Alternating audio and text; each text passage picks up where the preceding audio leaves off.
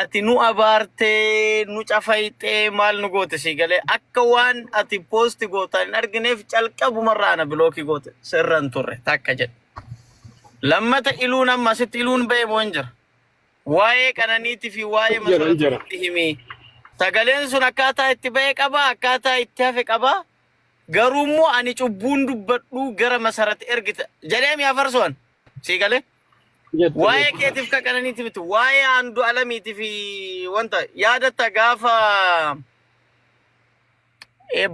album gaafa mana saaliyaa turre achi baanee gurbaani masi yaadattaami Malta yarani guyyaa sun eenyu okay thank you gaafi bareeda sigale hasi sent fraud yookiin nana sana dhisi qoy hayye sigale masi haga amma hammeenya ninkaasni amma qaake ande no dabat Messi by the way and amma si je chance ta selal still haga amma sigale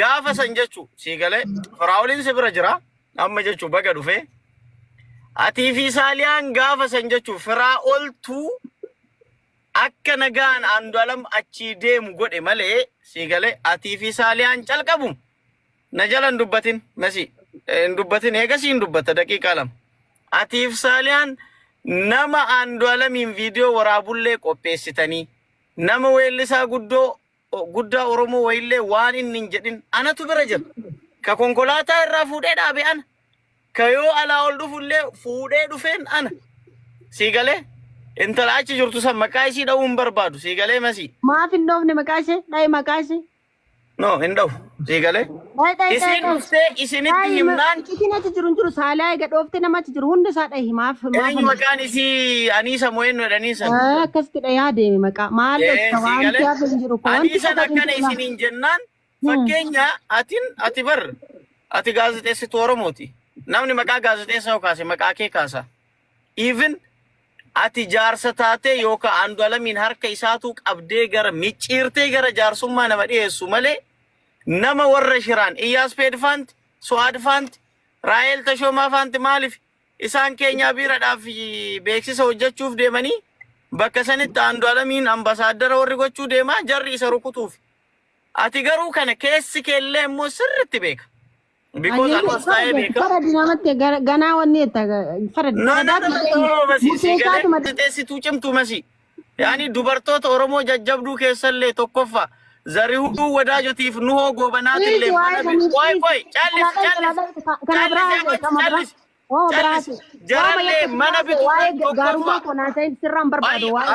afachuka ati confidence qabdu andalamin weellisaa Oromoo cimaadhaan jettu uggite tananii ishee tajjeetu no waa'ee keetiif waa'ee andalam malee Messi waa'ee keetiif kananii haasa'aan jiru ammallee haasaa jirta wal beekale anjabummaa kan keessatti ma ati garuu jabummaa andalam natti nimi natti mu nama dhugaan na beekutu natti maate nan beektu si jamma yaa nan Mana jar ma dubbina dorgitare Messi mal beektu ka waa'ee gaarummaa ko naasayin waa'ee madaba waa'ee matonkoli gaafa biyya dhufe jechuudha ite nagarafa akkate yoo dubbadhu dorgita amma garuu even media marrattillee naaka majibargaki abaddan in kaasin warraasi wali daqiiqa sakanditti wali bilbiltee shira xaxxansane jechaadha isaan wajjin jabaadhati ani immoo bara jireenya kootti isa andalan shilal power Messi kino haga kana laal media rat even akatin dubbanne nama gooti laal shuf imagine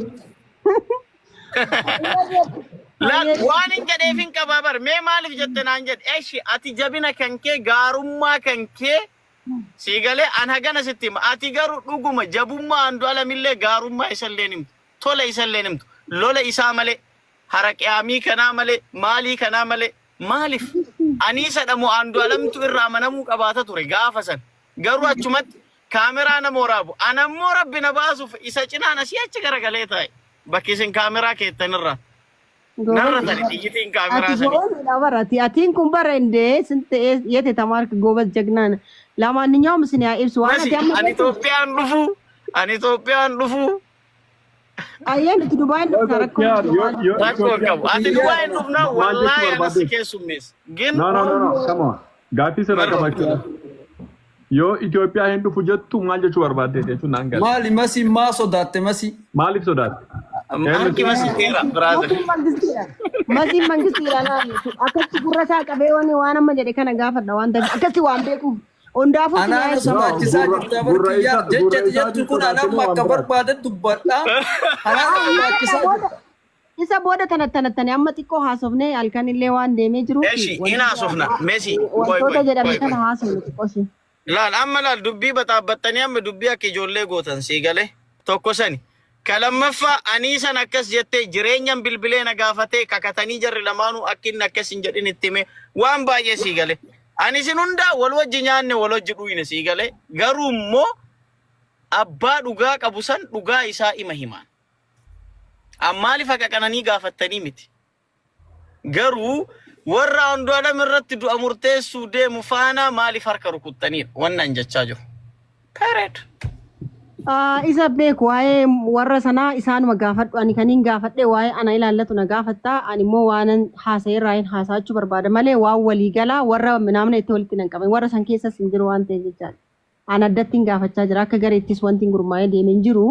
Garuu amma kan inni adda baasuu barbaadu tokkoffaa ani qananii wajjin wal beekuu keenya walii bilbiluu keenya akkamitti beekte eessaa argatte kan jedhu sanan akka naa himtuun barbaada. Lammata immoo waggaa 3 dura waggaa 4 dura waan ani nama biraa wajjin sanas immoo bareechitee beekta waan keessa dabarse bareechitee beekta warri na arrabsaa jirtan jechaadha umrii kiyya sin argatina halkan kunis sinitti dukkanaa kan jiraate jiraatina warra kabajan beenne warra safuu dubartiin beenne olina deemina citaa karaa irratti la isin gaammoo so waan isin jechaa jiru ani ishee wajjin walii bilbiluu koo ishee wajjin quba wal qabaachuu koo ani ishee fi abbaa warraa kiyyaa fi qananiin eessatti wal gaane abbaa warraa kiyya kam wajjin jaarsa kiyyoota hin beekuuni nuti kan turre istoorii kan biraa keessaa waa'ee waggaa 3 kan haasofne eessaa fuutee isheetu bilbilee fi wal quba qaban jettee haasoftan. Waaqa si uume qofaaf sodaattee jechaadha rabbi keetiif sodaatte.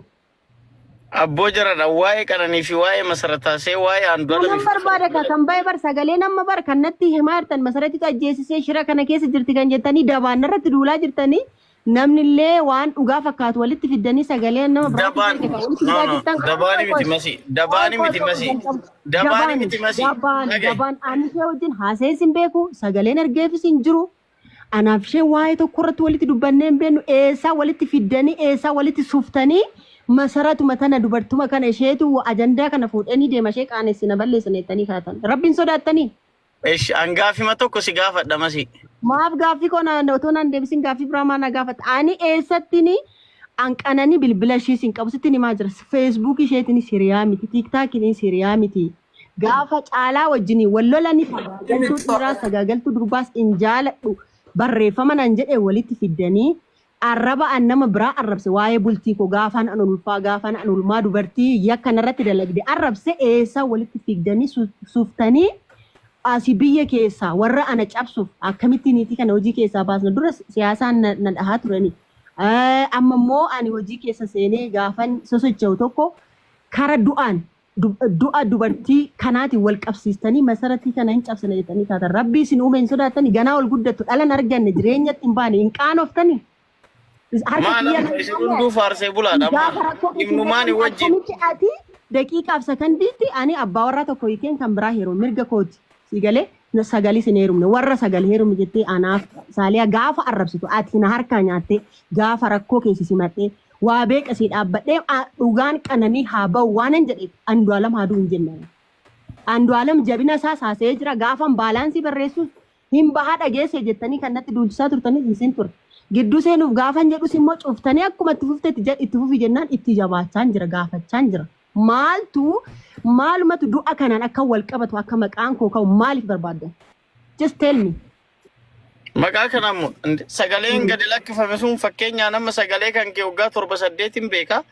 Sagaleen sun keeti miti masi. Inde inkaan never sagalee kiyya warri ani itti ergallee bahanii bar dubartoonni dubbatanii kiyya. Warri sunmoo konverseeshinii guutuu haa fidanii. Dhaggeeffadhu. Ila ani baay'ee arrabsaan ture. Dhimmichi hamaa ture gaafa ulfa koo viidiyoo abbaa warraa koo wal dhungatanii gadhiisan irraa kaawwatin kana kan hin haasaa jiruu fi akka ifasanii ta'uuf. gaafa sana lubbuu kootitti guyyaa murteesse sanani haala sanaan arrabsee irra deddeebi'ee dubartoonni sun wal gurmeessanii gaafa sanas gaafa neerume jedhu jaarsa kan niitii kanarraa adda baasne jedhanii wal gurmeessanii bakka wayii ka'anii warra dhufan dubartoota gurmaahan sana haala sanaan ofirraa arrabsuun ulfaataadha. Waan irratti gootan kanaaf aarsaa kafaltu kan hin jedheef sanadha. Isin isa barbaadanii dubartiin sun barbaadamtee naqqamte irraa barbaadamtee sagaleen an ergeef walitti qabamee walitti sufamee idiit gootanii baasuun keessan waagaa waaqarrattis lafarrattis hin kafalchiisa. Ani hooma tokkoon ta'ula. Kana sitti muu qofan barbaada. Andu'aalam irraa jibban qabu. Andu'aalam amala akkamii akka qabu bareechitee beektaa. Biyya keessaa eenyu akkanatti bilbila sagalee maalii akka qabu eenyu viidiyoo akka waraabe eenyu irratti maal wajjin akka ga'e asirratti haasa'uu hin barbaachisu hin haasa'us. Okay? Ani dubartiidha. Ani haadha dubartiiti. Ani gaazexeessituudha. Ani nama miidhame kamuufuu haadha koo dhala koo xiqqoo tana yoo taate dabarseen kenna malee yakka irratti soba irratti eenyu wajjin hin dhaabatu. Okay? Kanaafi intalli kun mana isaatitti dararamaa turte jedhame lafeetti baatee duute maaf akkas taate jedhee yoon gaafadhe.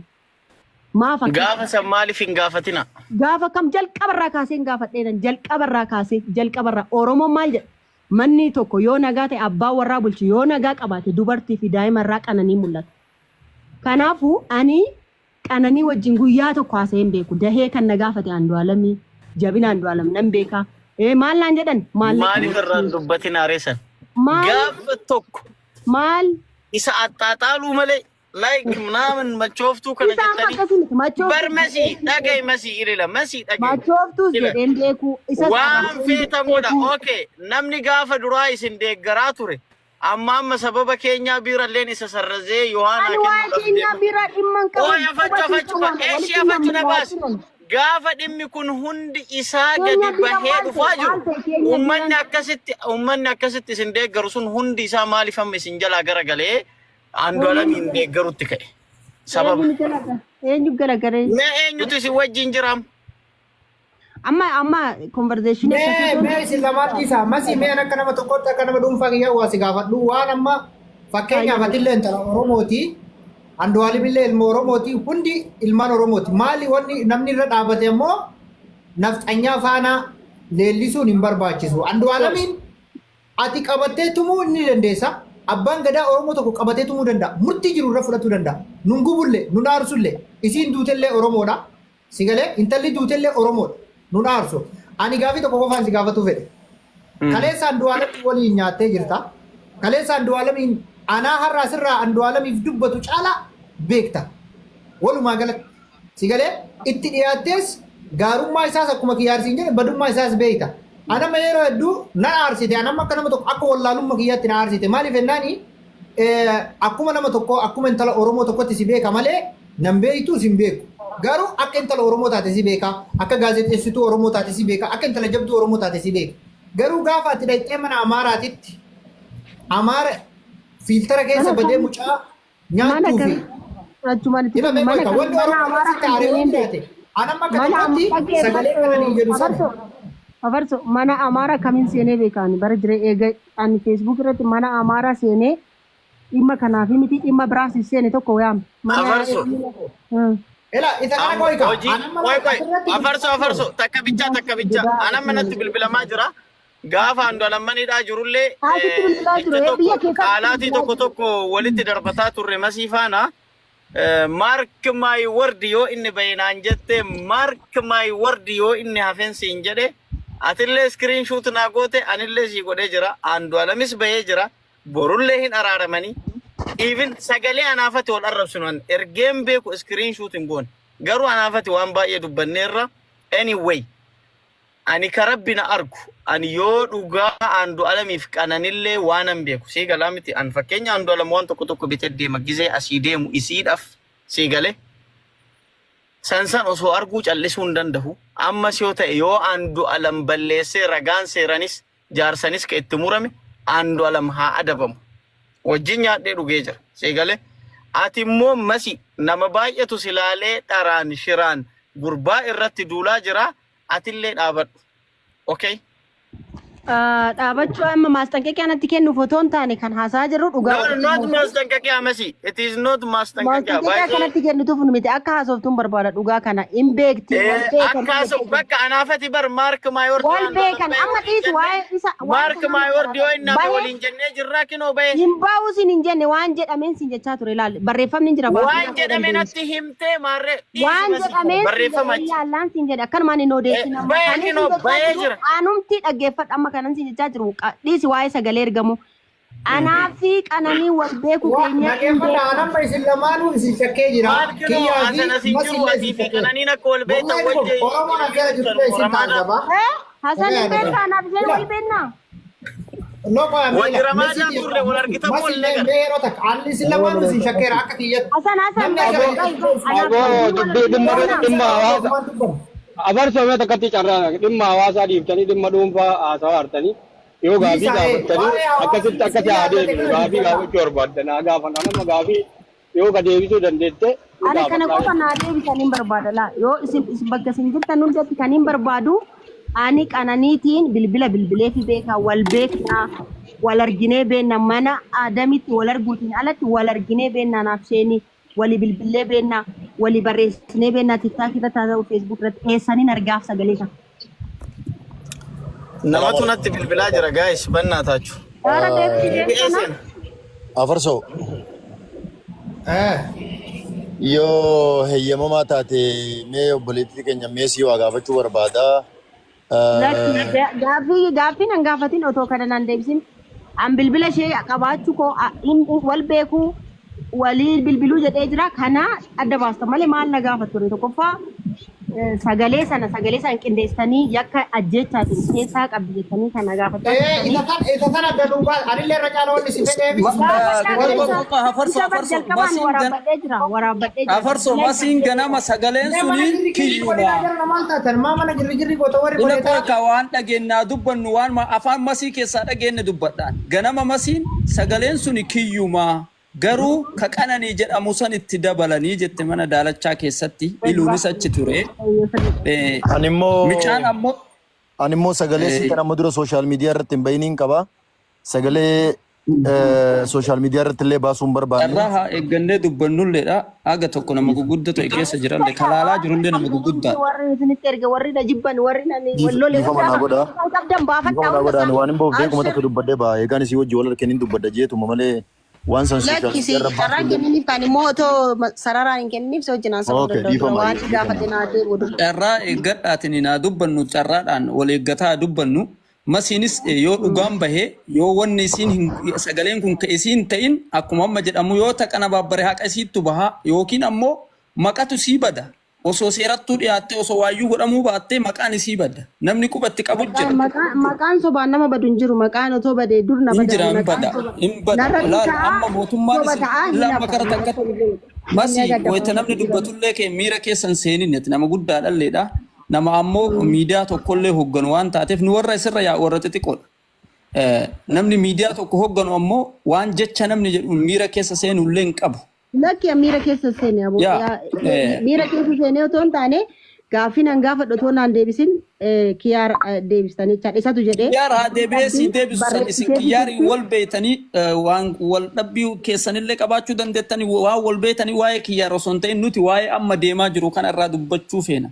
Wanni amma deemaa jiru. Deemuu miti immoo ani kan hin barbaadu ani dhimmi koo. Ati deeggar anamma akka tokkotti masii deeggaraa mootummaati. Ati Andu'aalamiif falmaa jirta miti ani immoo nama lubbuun hin jirre dhugaan ishee akkamitti akka duute gaafachaa jira. Dhugaan micatti akka ba'u nus hadhas borus ni barbaanna bara. Kanuma kaanis. Andu'aalamuun yoo micatti tana waa godhe akka seera dhiyaatu warra jedhaa jiru keessaa tokkodha turre san jechuus turre mootummaan amma isin deeggartan mootummaan nu deeggarru kun. Micatti tana qoratee ji'a sadii ol waa irraa dhabanii ennaan micaa kana gadhiisanii isin mootummaa kanaan faallamaa dhaabachuu dandeettan mootummaa isin deeggartan kana. Baay'ee gaarii yaada gaaffii gaarii anillee kanaan si gaafadha. Haacaaluun ka wareegamee waggaa meeqa waggaa 40 miti manni murtii murteessee jira miti maaf falmi ture dhugaan Haacaaluu Aboo jedhame. Egaa akkas maan fudhatin sanis. Dhugaan Haacaaluu bahee murteessanii jiran. Amantee yaamitti ajjeesedhanii idmeelikkitti faradanii qaallittii jira. Fudhatteera atem. Ana akka kiyyatti hin fudhan. Hin fudhan. Anis fudhachuu mirgan qabuure maana dhoofte. Nama ajjeese nuu fidanii bar ajjeese jedhan. Andu'aalam Gosaa ajjeese jedhee abbaan seeraa yoo itti murteesse Andu'aalam Gosaa haa ba'u jennee morminu nuti. Andu'aalam Gosaa akkana godhe hin jennu nuti. Poolisitu micaa kana qorata awwala akka qabeen. Achi booda abbaa alangaatu itti dhiyaata. Firdi beeta dhaabate. Jee sadii ol micaan kun achitti